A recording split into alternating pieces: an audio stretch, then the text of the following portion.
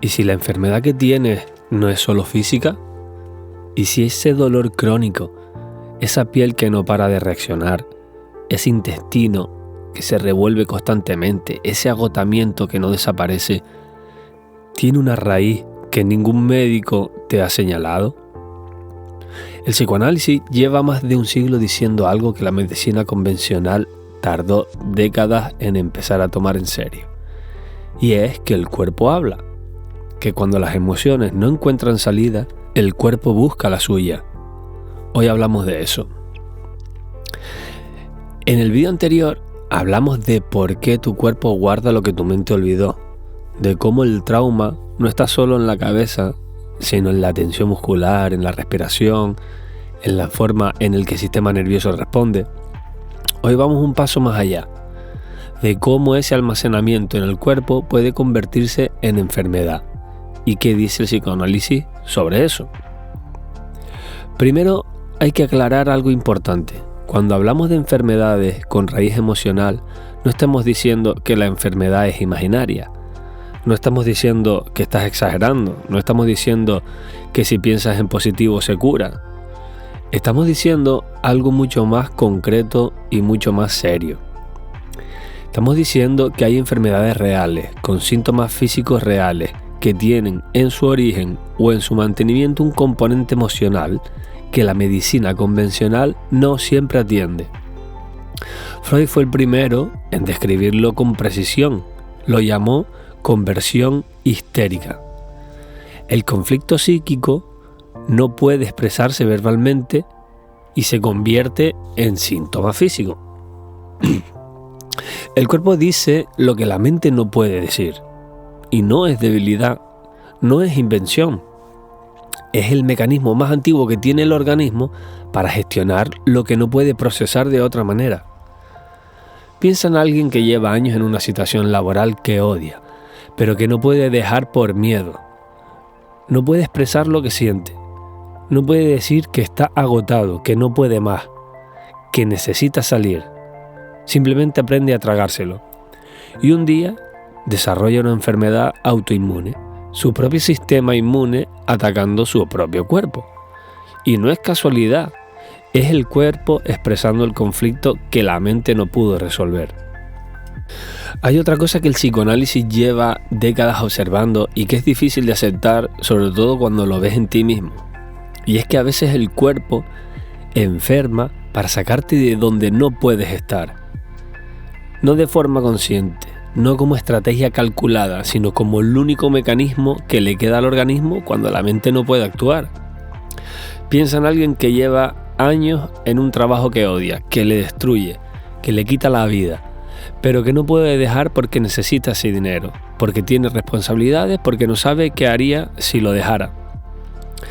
La mente dice, tengo que seguir, no hay otra opción, y aguanta.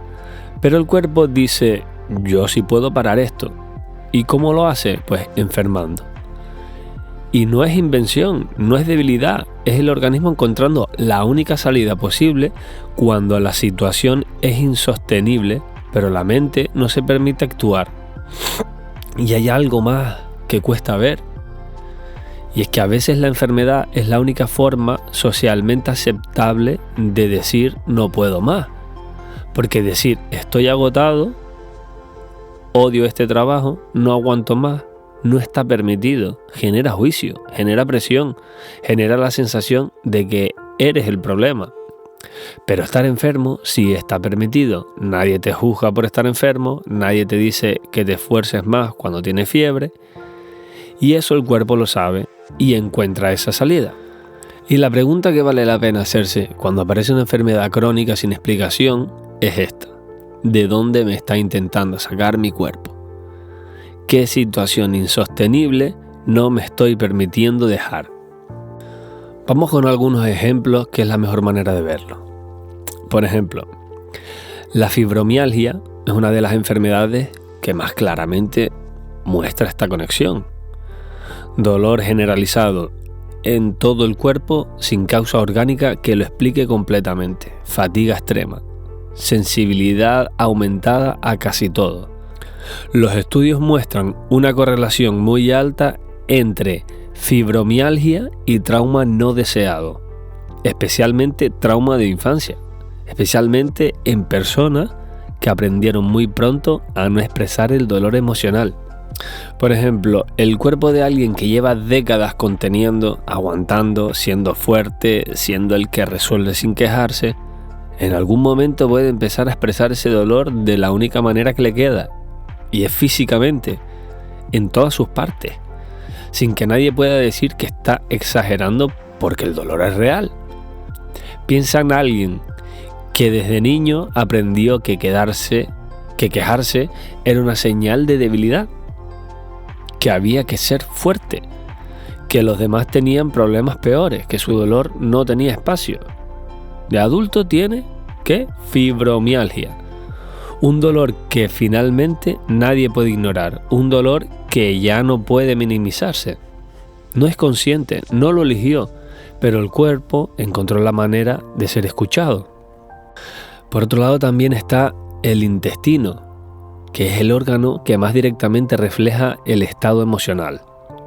No es casualidad que cuando estamos nerviosos el estómago se revuelva, que antes de una situación de conflicto el intestino se active, que el miedo se sienta literalmente en las tripas.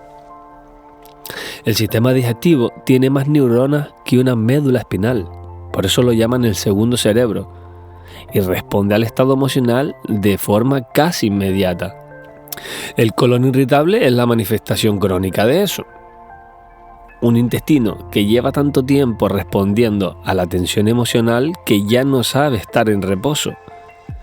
Piensa en alguien que creció en un hogar donde el ambiente podía cambiar en cualquier momento, donde nunca sabía con qué se iba a encontrar, donde el sistema nervioso estaba siempre en alerta.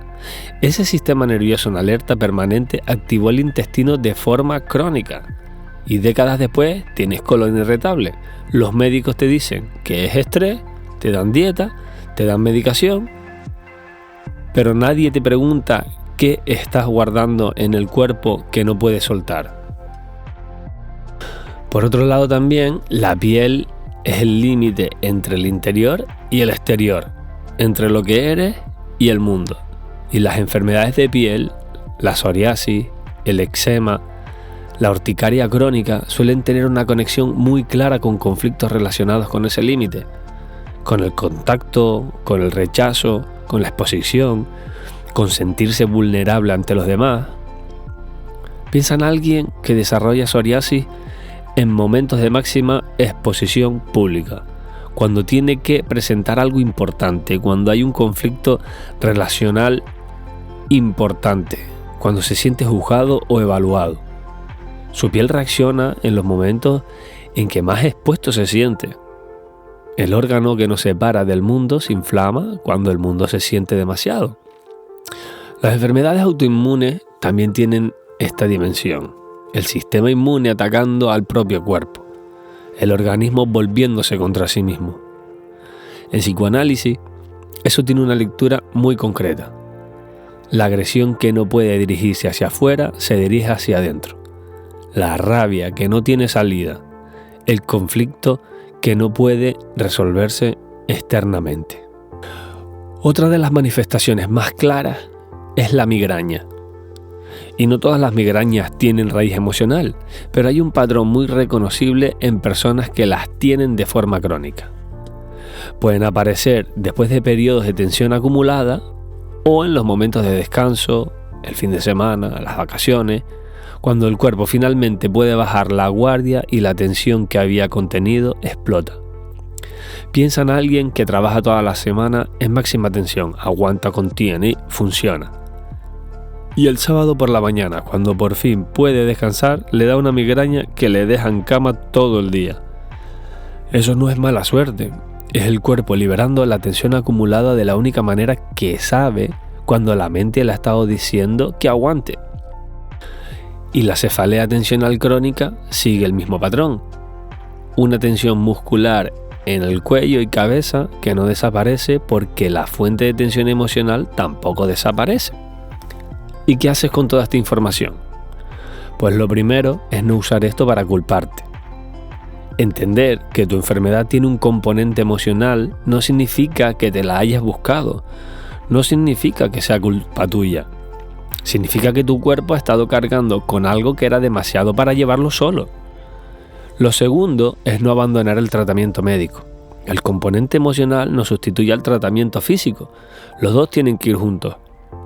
Y lo tercero es empezar a preguntarte qué está guardando tu cuerpo que no ha podido expresarse de otra manera. ¿Qué conflicto no resuelto? ¿Qué emoción contenida? ¿Qué situación que sigue ahí aunque la mente haya intentado archivarlo? Esa pregunta no tiene una respuesta inmediata, pero hacérsela es el primer paso para empezar a escuchar lo que el cuerpo lleva tiempo intentando decir. El cuerpo no miente. Cuando algo duele de forma crónica sin explicación médica clara, cuando el sistema inmune falla, cuando el intestino no para de reaccionar, cuando la piel se inflama una y otra vez, hay algo que merece ser escuchado, no como debilidad, no como exageración, sino como información. En el próximo vídeo vamos a hablar de la ansiedad crónica, de por qué tu sistema nervioso sigue en peligro aunque el peligro ya no esté, y de qué tiene que ver tu infancia con todo eso. Esto es Heridas Inconscientes. Nos vemos en el próximo vídeo.